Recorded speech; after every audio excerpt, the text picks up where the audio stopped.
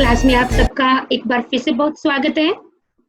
तो बच्चों, आज हम अपनी कक्षा में पढ़ने वाले हैं हिंदी व्याकरण विषय सर्वनाम।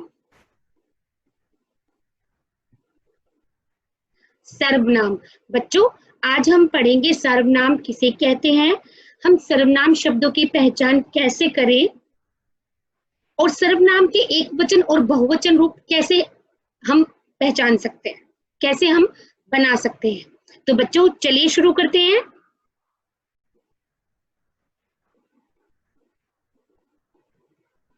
बच्चों सबसे पहले हम पढ़ेंगे सर्वनाम की परिभाषा। सर्वनाम किसे कहते हैं? तो बच्चों खुद सर्वनाम शब्द अपने आप को परिभाषित कर रहा है।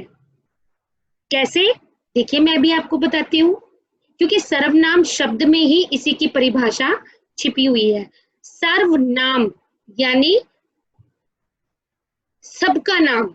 देखिए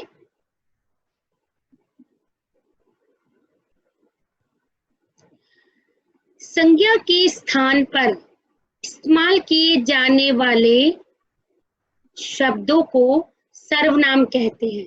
यानी कि जो शब्द संज्ञा के स्थान पर आते हैं उसे हम सर्वनाम कहते हैं। और आसान शब्दों में हम इसे कैसे समझे बच्चों? ये देखिए, सर्व, सर्व का मतलब होता है सब, और नाम का मतलब संज्ञा। जितनी भी संज्ञाएं होती है, आपको पता है ना कि संज्ञा का मतलब होता है कि जो किसी का, जैसे व्यक्ति, वस्तु, स्थान, प्राणी, भाव, इन सब के नामों को हम संज्ञा कहते हैं। तो सर्वनाम का मतलब सबके नामों के स्थान पर जो शब्द आए उन्हें हम क्या कहेंगे? सर्वनाम। बहुत आसान है। सबके नामों के बदले जो शब्द आते हैं, यानी कि नाम को हटाकर हम जिन शब्दों का प्रयोग करते हैं उन्हें हम सर्वनाम कहते हैं। जैसे सर्वनाम शब्दों के उदाहरण: मैं, तू, वह, आप, कोई, यह, तुम, कुछ, हम, वे, कौन, जो, सो, उसका आदि। बच्चों ये कुछ सर्वनाम शब्दों के उदाहरण हैं, बाकी सर्वनाम शब्द बहुत ज्यादा होते हैं। तो इस प्रकार हम सर्वनाम की परिभाषा को समझेंगे कि संज्ञा के स्थान पर आने वाले शब्दों को, यानी कि संज्ञा को हटाकर जिन शब्दों का प्रयोग किया जाता है उन्हीं शब्दों को हम सर्वनाम कहते हैं, यानी कि जो सबके नामों के स्थान पर आए। ठीक है, चलिए आगे देखते हैं सर्वनाम का प्रयोग। अब हम सर्वनाम का हम जानेंगे कि हम सर्वनाम का प्रयोग क्यों करते हैं, क्या कारण है कि सर्वनाम का प्रयोग किया जाता है।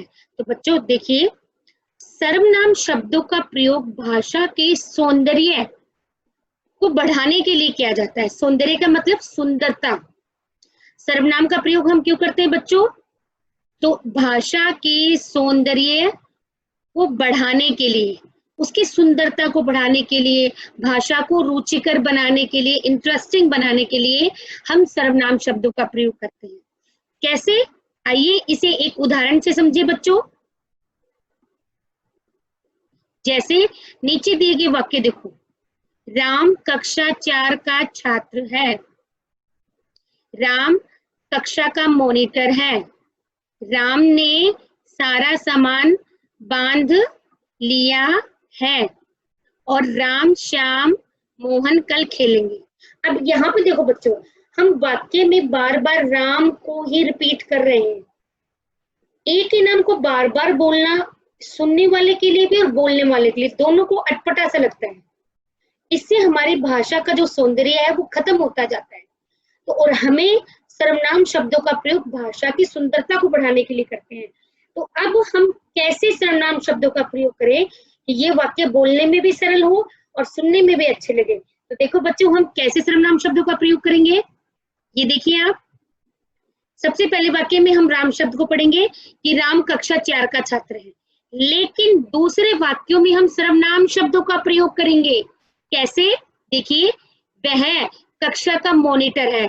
इससे पहले हमने क्या पढ़ा था बच्चों? राम कक्षा का मॉनिटर है, लेकिन यहाँ पे हमने राम के शब्द को हटाकर उसकी जगह सर्वनाम शब्द का प्रयोग किया।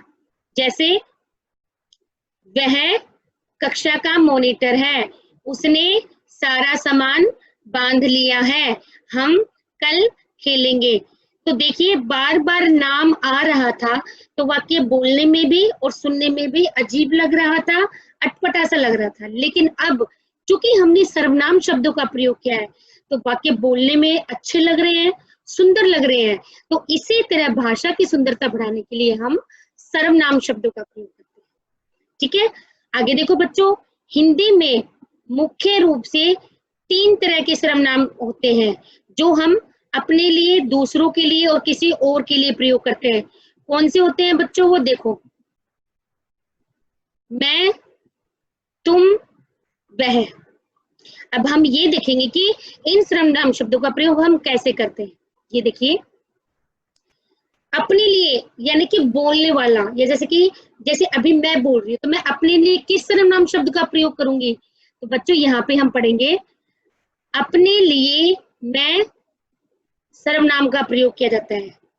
जैसे ये जो मैं है, ये हम अपने लिए प्रयोग करते हैं। मैं काम कर रहा हूँ, मैं खाना खा रहा हूँ, मैं जा रहा हूँ, यानी कि ये सर्वनाम का प्रयोग हम अपने लिए करते हैं। अच्छा, बोलने या लिखने वाला यानी कि जो सुन रहा है,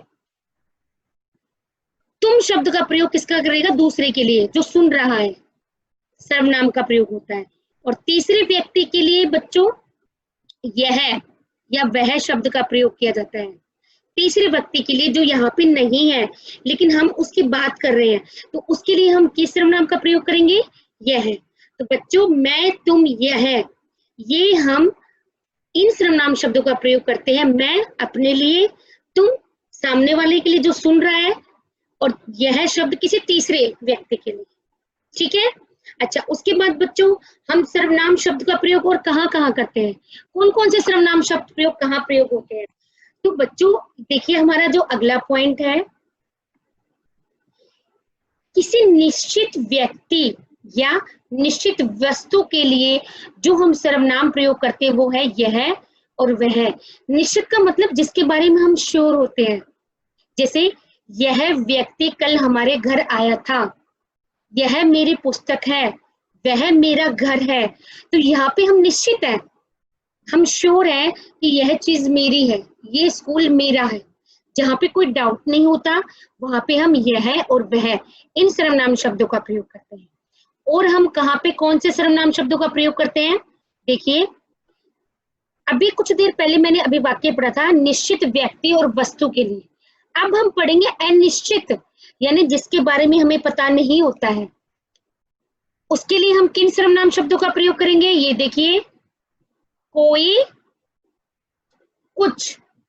जैसे कोई दरवाजे पर आया है, दूध में कुछ गिर गया है, यानी कि हमें ये तो पता है कि कोई आया है, लेकिन कौन आया है ये हम नहीं जानते, निश्चित नहीं है। तो जहाँ पे अनिश्चित व्यक्ति हो या वस्तु हो, वहां पे हम कोई या कुछ सर्वनाम शब्दों का प्रयोग करते हैं। अगला, हम बच्चों प्रश्न पूछने के लिए भी सर्वनाम शब्दों का प्रयोग करते हैं। जैसे कौन, क्या, कब, किसे, कहाँ, इन शब्दों को हम प्रश्न पूछने के लिए प्रयोग करते हैं, जिन्हें सर्वनाम बोलते हैं। और बच्चों आखिर में हमारा है दो वाक्यों को जोड़ने के लिए, जहां पे दो वाक्य जोड़े जाते हैं उनका सर्वनाम शब्द, जैसे जिसकी, उसकी, जो, सो। ये वो सर्वनाम शब्द है जो दो वाक्यों को जोड़ने में प्रयोग हो जाता है और एक का संबंध दूसरे से होता है। ठीक है ना बच्चों? आगे देखिए, ध्यान रखने वाली बातें, कुछ सर्वनाम शब्दों पर लिंग का कोई प्रभाव नहीं पड़ता। इनका प्रयोग स्त्री पुरुष दोनों के लिए समान रूप से होता है। तो प्रॉब्लम ये होती है बाद में कि हमें कैसे पता लगेगा? तो बच्चों ऐसे में सर्वनाम के लिंग को जानने के लिए हमें क्रिया के शब्दों द्वारा पहचान करनी पड़ती है कि वो सर्वनाम का लिंग स्त्रीलिंग है या पुल्लिंग है। जैसे ईशान, तुम देर तक सोते हो। अब यहाँ पे तुम देखो, ईशान के लिए भी तुम है, सेम सर्वनाम शब्द है, और प्रिया के लिए भी तुम है। तो हमें कैसे पता लगेगा कि तुम इसका लिंग क्या है? तो हम क्रिया के द्वारा, सोते हो यानी ये पुल्लिंग है और सोती हो स्त्रीलिंग। तो इस प्रकार हम क्रिया शब्दों के द्वारा सर्वनाम के लिंग की पहचान करते हैं। ठीक है, आगे देखो बच्चों, सर्वनाम शब्दों के भी वचन होते हैं। जैसे संज्ञा शब्दों के होते हैं ना वचन और बहुवचन, उसी तरह सर्वनाम शब्दों के भी एक वचन और बहुवचन होते हैं। कौन कौन से? चलिए अब इसी के बारे में पढ़ते हैं। जैसे मैं का हम, तुम आप, यह ये, वह वे, किसे किन्हें, जिसे जिन्हें, इसे इन्हें और उसे उन्हें। तो बच्चों ये सारे एक वचन है और ये इन एक वचन के बहुवचन रूप है। तो हमें पता होना चाहिए कि सर्वनाम शब्द का बहुवचन रूप क्या है। ठीक है बच्चों। तो बच्चों यहाँ पे हमने सर्वनाम किसे कहते हैं, हम सर्वनाम शब्दों का प्रयोग क्यों करते हैं, सर्वनाम शब्द को हम कहाँ पे कैसे प्रयोग करें और इनके एक वचन और बहुवचन, इनके बारे में हमने पढ़ा और समझा। तो आप इनका अभ्यास करिए और इनको अच्छे से समझने का प्रयास करिए। अगली कक्षा में हम फिर एक नए चैप्टर के साथ मिलेंगे। तब तक के लिए नमस्कार बच्चों।